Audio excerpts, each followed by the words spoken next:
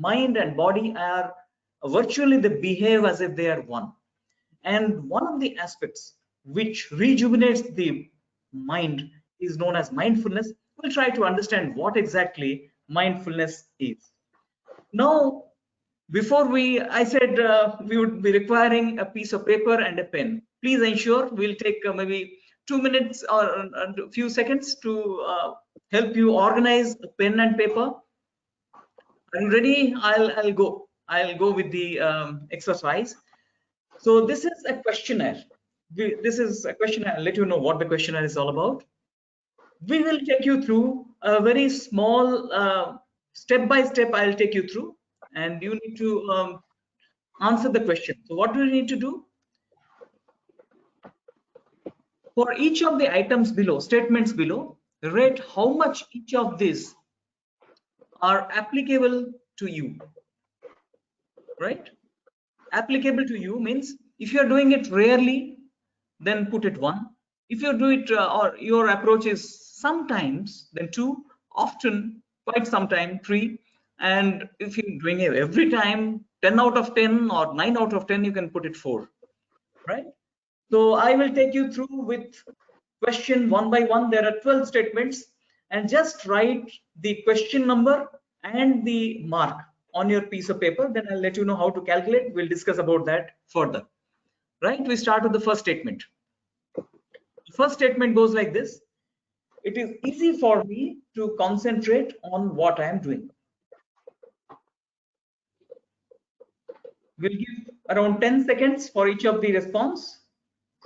1 to 4, you can give 1, 2, 3, or 4, depending on your preference or your actual second one. Boss, I have a question here. Yeah. Is it based on the current situation, or is it normally, I mean, how we are able to do it? No, in general, not in now. general. Not okay. now. Okay. Thank you for the clarification. Right. I think it's good for the entire house. Thanks, Pankaj. So it is general, not today's situation. Third question. So second question is, I am preoccupied with future. That means every time I'm thinking about what will happen, or most of the time, depending on how much time you can score that. I can tolerate emotional pain. Third statement, I can tolerate emotional pain.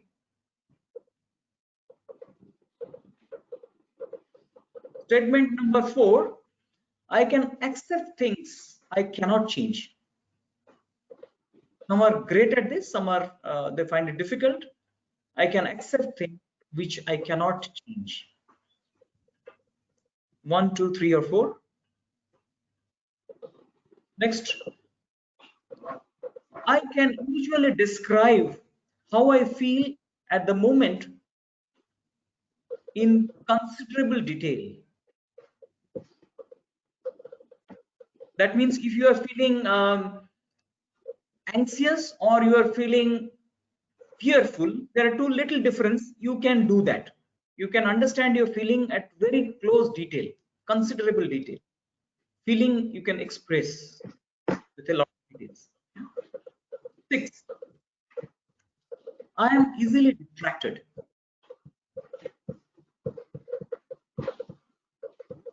Yeah, you need not give it on the chat box. You need to write it on the paper. Yeah, just write it on the paper. Later on, I'll tell you what to do with that. Going to the 7th question, I am preoccupied by the past. Many times I think about the past, or I rarely think about the past. If most often you think about the past, then mostly you think, then 4. Rarely you think, 1. Moving on.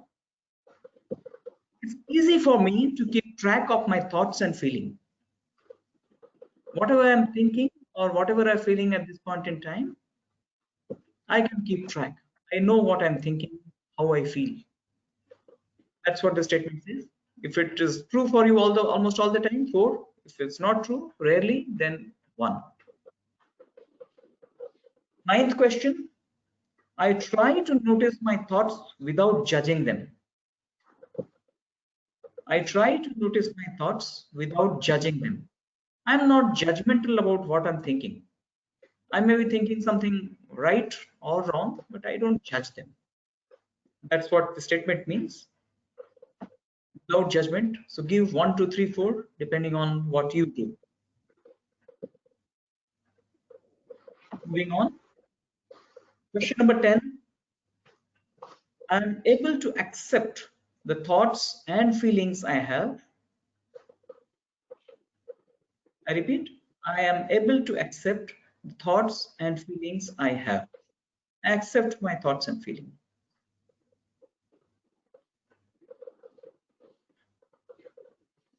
Question number 11. I'm able to focus on the present moment. So whatever is happening at the present moment, I can focus on that. Right? So you can give 1, 2, 3, 4 against that number, question number. 12th question, the last question. I'm able to pay close attention to one thing for a long period of time. That means I can pay attention to one thing for a long period of time. 1, 2, 3, or 4. If you can do it almost all the time, 4. Rarely can you do that, 1. So we are done with the total number of questions. Now a little activity that you need to carry out. I'll just guide you through that. Question number 2, question number 6, and question number 7. First, question number 2, whatever mark you have given, deduct that from 5.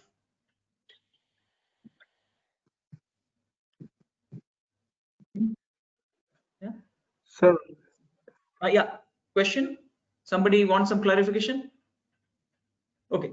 Question number 6. Total of these 3 to be deducted from 5 or something like that. No. Hello? No, I'm just taking you through for question number 2. If you are given 4, then 5 minus 4 is 1. If you have given 3, then 5 minus 3 is 2. So question number 2, 6, and 7. You deduct your response from 5. Now you add up all. 1, 2, 3, 1, then 2 ka jo after I've got the score by deducting from 5. Similarly, from 1 to 12, you just need to add up. For 1 to 12, leaving these 3, or not leaving this 3, the new score.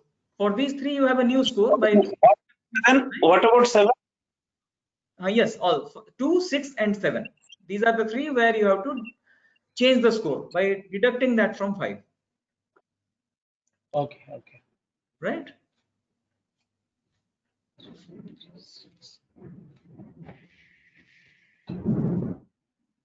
So now you would have a score.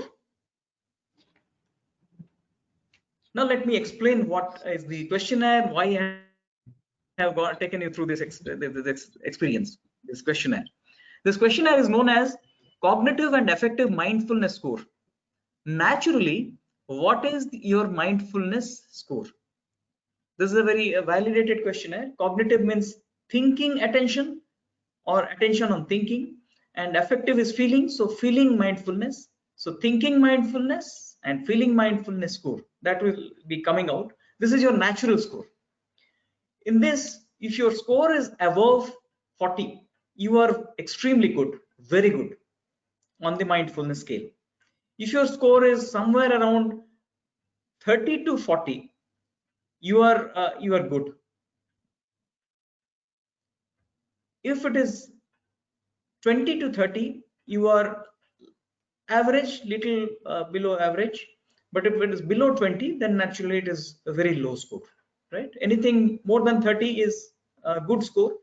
40 above is very good score. Maximum score possible is 48. Minimum score is 12, right? So now let's understand what exactly is this. What is mindfulness? The concept of mindfulness we will understand. Then we'll look at how can we enhance this and what are the advantages of this, right? I'll just quickly look at one very interesting thing. Human being, if you look at human genetic history, it is almost like 6.5 million years. Look at a clock. If you look at convert into a 24-hour clock, you will find that human beings for 23 hours 59 minutes they were in the jungle. Out of 6.5 billion years, almost the entire period they were in the jungle. In the last 1 minute, we have become modern. So what is the significance of this? What scientists are saying is our hardware, our brain has been developed, but the mind controlling or regulating ability, that has not been developed, because it's just 1 minute. We are still in the process of developing this. And for developing this, to completely harness the potential of the mind, to completely get that potential of the mind, we need to develop that mind or develop that program. That means hardware is there, but software needs to be developed appropriately. Now, mindfulness, the modern science, neuroscience, they call it contemplative neuroscience. There is a branch of neuroscience which says mindfulness is one thing which can help you harness the potential of your mind. It can unleash your potential, so that this is a very, very powerful thing. We'll take you through what exactly this, what is the advantage of this, and finally we'll tell you how can we learn. If you're already not doing it, how can we do it? Just quickly before we get into the process, how many of you do meditate, or they have experienced meditation for some time? And so if those people can write Y. Those who have tried but they did not get the advantage of it, or they did not like it, they can write N. So meditators, Y. Those who could not, N. Those never tried, they can leave it. There's almost Y and N equally going in. I think N is now little ahead than Y. Yeah, a lot. Abhijit is saying Y. I see a lot of Ys are also coming in. Yeah, a lot of Ys. DP Singh is saying no. Tanmay Y, Vijay Kumar Y, and Abhijit Patnaik Y, no. Vivek Kumar, no. A lot of no. Chitranjan Mishra, no. Dinesh Sharma, no. Or yes? Yes, Dinesh Sharma is yes. Ankita, yes. And Jiten, yes. So a lot of yes. Wonderful. Jane Karno. So let's look at Swetanisha is no. Yeah. Let's look at what is the thing, why it is important, why some people they try and they don't like it, or they don't get the essence or the benefits of it. Quickly look at what is the mindfulness. What exactly is mindfulness? We'll look at the mindfulness in two dimensions. This you might not have seen this. Many people talk about meditation, but what exactly is meditation or mindfulness? We'll see in two dimensions. It talks about two things. One, it says about the attention control. Simple. How I can organize my attention and how much I'm aware of the present moment. This is one dimension. The second dimension talks about is acceptance with openness. So mindfulness has got two dimensions, and scientists say when you have these two dimensions, or controlled or mastering these two dimensions, not just your quality of life will improve significantly, your ability to handle scenario, whatever if you say you are at the X level of effectiveness. Now, the moment you start practicing this, your effectiveness will grow by multiplying effects. It's not just X plus delta X. They are saying that it can be multiplying effects. If you are already good, it will be excellent within no time. That's the reason why Google has been pioneering this. Google has now created a new setup in their own organization called Search Inside Yourself. There is a book in the same name as well. Not just Google, there are a number of companies, starting with Google and Intel and Motorola, Target, General Mills, and the number is growing rapidly now. So these are the two things. When we talk about the mindfulness practice, we'll talk about two issues. Training the attention. How can we train our attention? That's number one. And two, how to get the ability to look inside the mind. That's number two. Yeah. Bringing some examples. Attention training is like a torchlight. So putting a torchlight on something, or focusing on some object, is what is called the first aspect, the attention control. The second aspect is about in a dark room, when we see something, how we are getting insight about that, how we understand about that. So that's the second aspect. These two aspects will see that the simple practices through which we can actually quickly learn this. What Google has been saying is it doesn't take even more than 2-3 weeks time to get there. So now moving on to the next, what are the advantages? One, it enhances the cognitive functioning. That means your memory, learning, perception, they increase significantly, improve significantly, as the modern science says, something called the base gamma waves. Gamma wave, they actually are emanated from the brain, in the brain, when we are in a very creative state or ecstatic state. So when we are getting into the mindfulness state, our memory, learning, and perception improve. Emotional intelligence improve. You know Daniel Goleman, now he is extensively working on mindfulness. The recent book of his is The Science of Meditation. The Science of Meditation. Last year it has been published. Higher degree of clarity, and especially in complex scenarios, you will find much more clarity. That's the reason why Google has been interested in this, especially people who want to get into the top layer, like they want to be CEO or a head of a unit. They said they need to understand the scenario, the complexity with much more clarity, like a high definition TV. They need to understand every part of it. So that's why they say one need to learn the mindfulness technique that will enhance the clarity. Higher response flexibility. That means our flexibility can, our response can be different to the same kind of stimulus. We can be calm, joyful, and happy with this. Higher level of resilience. This is very important. Our resilience, our ability to face difficulty would improve significantly. Our immunity improves to a higher level at this point in time, especially when the corona thing is there. They say that this can help you a lot because this reduces the stress level significantly and healing process improves. Yeah. And very interestingly, the last point, if you look at, they say even the aging process, the process of aging slows down quite significantly because the telomeres, the end of the chromosomes, they are vitalized through this process and their shortening is slowed down and the aging process improves significantly. So these are the few advantages. Now going to the practice. So are you all set? How many of you have are interested to learn this technique or would like to practice this technique quickly?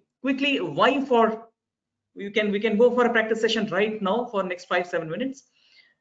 Yeah, why? For quickly, if you can get some response. Yeah, a lot of why for you are now coming in.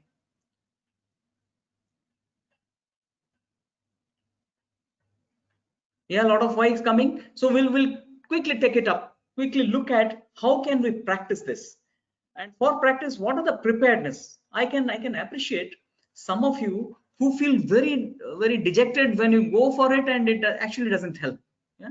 So let's look at what are the things that we need to do before we get into the practice session. One is people ask me, many a times people ask me, what is the best time for starting meditation or doing meditation? Let me tell you, if you are already a trained meditator, you don't need to know every time is a good time for meditation. But if you're a beginner, I would say, people say, is it the morning, is it the afternoon, evening? No, it is very personal. You have to find out, look at your schedule, your daily routine and daily, what is a biological clock. Whenever in the day you feel pretty relaxed, that's the time when you should start practicing. You know, when we start something, we need to do it in a very secure place. Like if you want to say learn driving, you have to go to a field and drive before you get into the road. Similarly, we need to have a place where you can start when you are relaxed. A relaxed time actually is a good time to do meditation. People say for relaxation we do it, but here we have to start at the time when we're relaxed, so that later on we can do it for relaxation. Your stomach is not too full or too empty. That means it's not a belly full of lunch and doing meditation or mindfulness process. No, that would not help.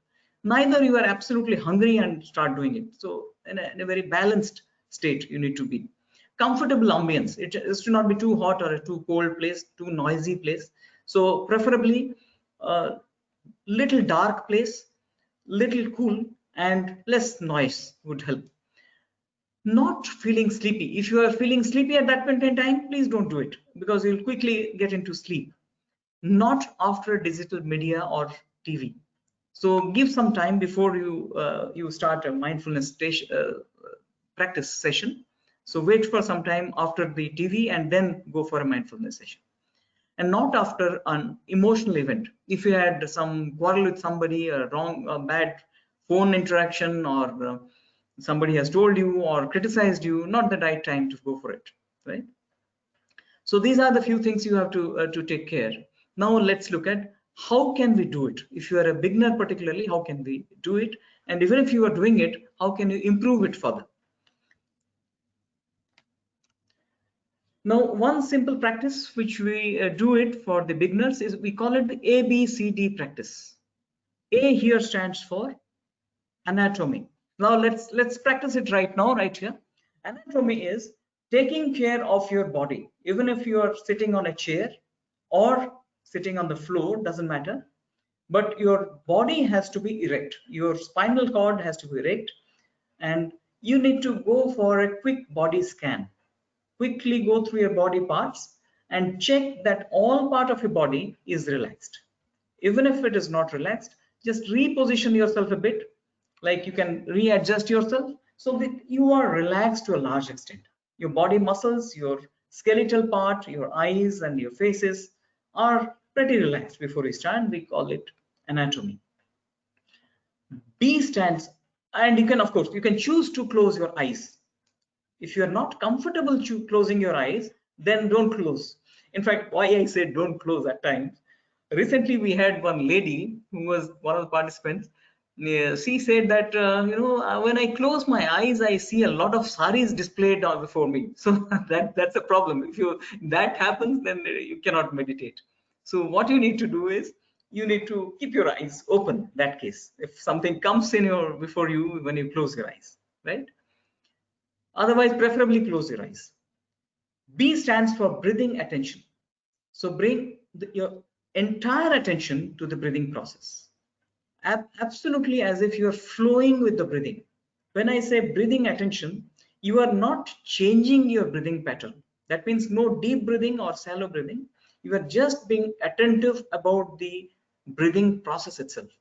If the breath is coming out, you are recognizing the breath is going out.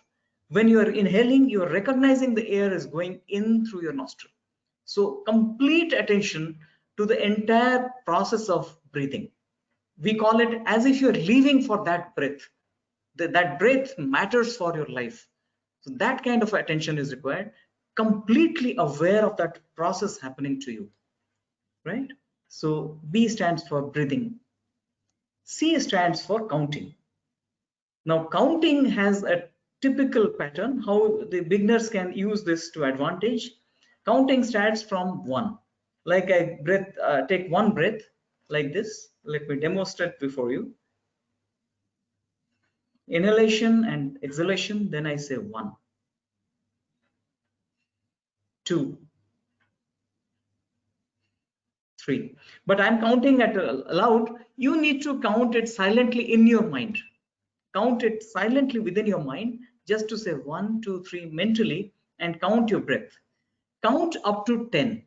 That means 10 counts of breath from 1 up to 10, and then come back from 10 to 0. That means 21 counts. 1 to 10 and come back 10 to 0. This is 21 counts. Roughly, this is about 1 minute 15 seconds to 1 minute 30 seconds. So one round would be 1 minute 30 seconds, counting your breath, going from 1 to 10 and coming back from 10 to 0. What happens? You would recognize after 3 breaths, suddenly you remember that your mind is wandering somewhere else.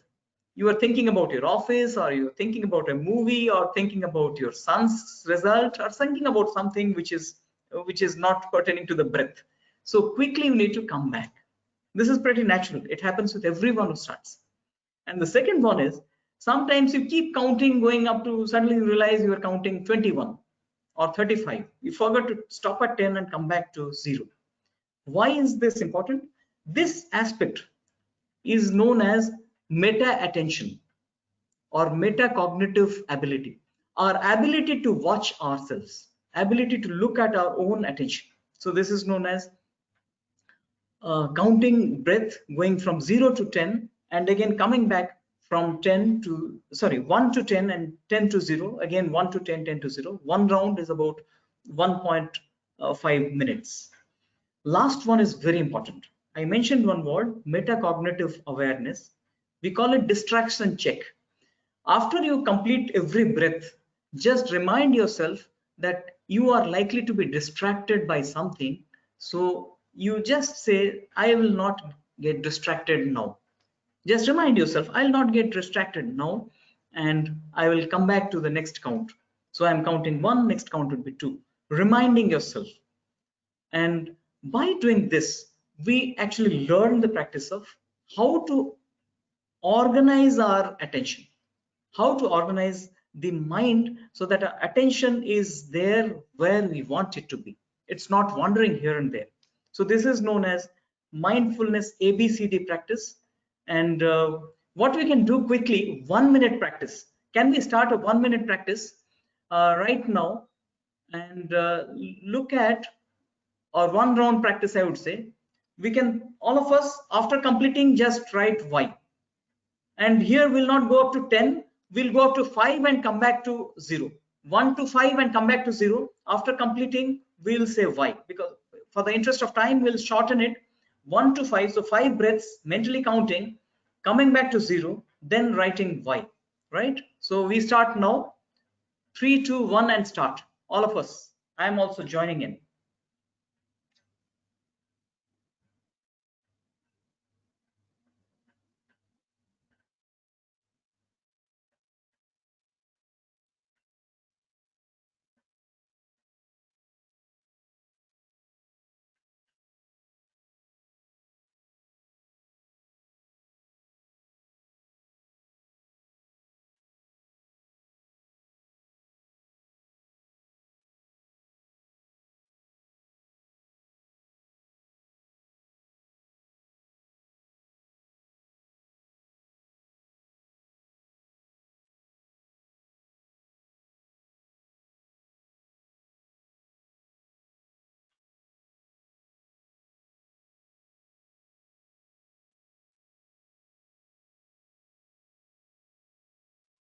Wonderful. Already 2, 3 Y I can see. Yeah. Wonderful. Not the easiest of thing to do to start with. Like Sweta said, I never did it before, but she has done it. Saroj has done it. Vijay has done it. Wonderful, Vijay. Tanmay Mandal has done it. Ganeshwari has done it. Dheeraj Kumar has done it. Yeah. Maybe we'll take 2, 3 minutes more and we'll continue then. A lot many have done it. Wonderful. Seema Malik has done it. DP Singh, yes, good. Alok Srivastav, Chitranjan Mishra, all many. I think great, done it. SK sir, RK sir. So, would you like to practice it? Continue this practice. Would you like to continue this practice? Say, I am.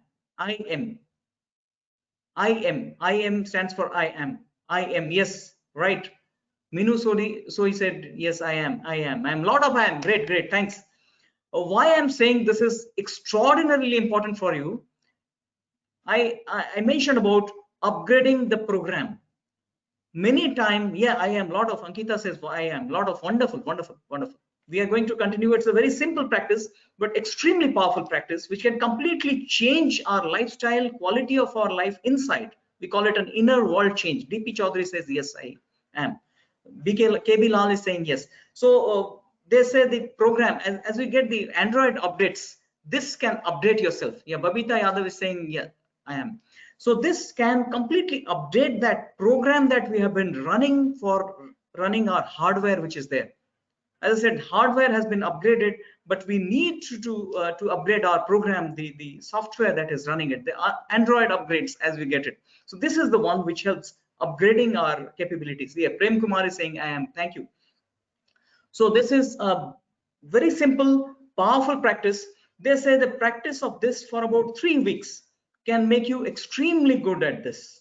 It can help you completely changing your world perspective itself. You can handle things with much more ease than what you've been doing at this point in time. A lot of I'm happy to see that. Great. Moving on, we'll talk about 2 more quick practices. One, we call it body scan practice. This I'll not take much of time. If you have already heard of something called the Yoga Nidra, in one of our programs, in the happiness program, we conduct a practice called, we've named it like activate your inner GPS. In the brain, there is a part actually, it's called the insula, which can completely understand the body's mechanism, like going to the toes and saying, this is my toe, and understand what is happening in the toe. So there is a question, when my attention concentration span is so low, how will I meditate? Yeah, I will come to this question. Definitely, there's many of us, we fall into this trap. Ditto. Yeah, a lot of query coming about that. We'll come to that after just completing this. The second practice, so body scan practice, is going to different part of your body, holding on to that, feel that experience. Right now, let us hold our palm like this. Yeah, hold our palm like this in front. I'm putting it in front, and feel what is the feeling of, or the sensation on my palm. Closing your eyes, feel the sensation of your palm. Hold like this and feel the sensation. Closing your eyes, what is happening on the top of my palm. Try to visualize that palm as well and feel what is happening. The tingling sensation, whatever sensation that comes, just be aware of it. Okay. So presenting, I'll stop. Okay, right.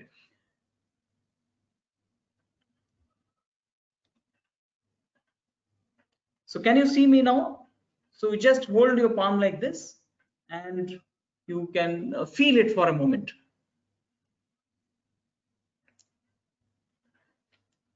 Now, this we can do for every part of the body. And this is a powerful practice. This is known as interoception. It gives us a lot of ability, not just healing our body, improving our immunity. It also helps us handling pain management or doing pain management. This is for pain. You can reduce the impact of pain significantly when you develop this practice of going from part to part and paying complete attention to that part.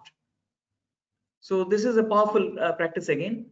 We call it body scan practice. You can do it for every part, starting from your hand to your feet, to your legs, to your hips, to your body, to your chest, to your eyes and nose, and the entire part, going one to the other slowly, staying at one body organ for about maybe 30 seconds, then moving on to the next. This practice we can do. And walking mindfulness, you can walk with just looking at or just feeling how your feet is taking the next step. It is lifting and putting the step, lifting and putting the step. So this process is another way of mindfulness. Finally, most important, we call it eating mindfulness.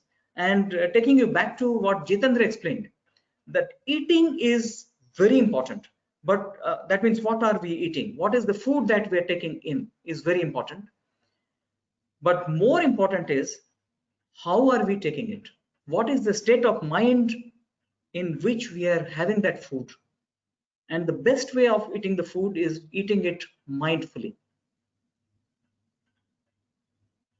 Okay, Saroji, I'll explain to your question, walking mindfulness, just after this. Eating mindfulness, let me explain in a little more detail. Walking mindfulness, I'll come to a little later.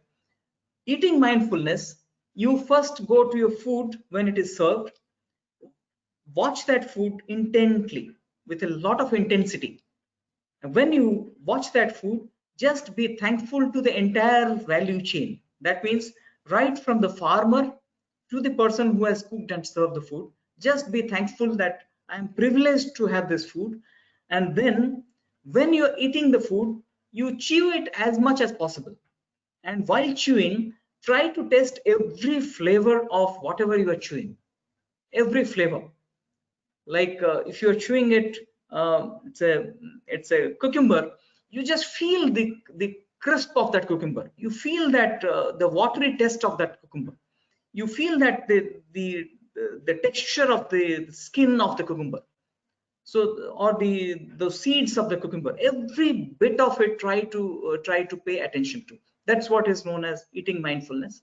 And by doing this, they say not just the digestive process is enhanced because you're chewing more, it also helps the nutrients to absorb in a much more better way. And at the same time, the entire eating process, and preferably while eating, avoid any digital exposure. Not watching TV, not reading newspaper, not looking at the mobile phone, not even talking too much. So be silent, eat it with a lot of intensity, at least one meal. I'm not saying, normally they say dinner time, we have the time with the family, use that, no problem. But either in the breakfast or during the lunch, you can use that. Or at least once or twice in a week, you can practice it.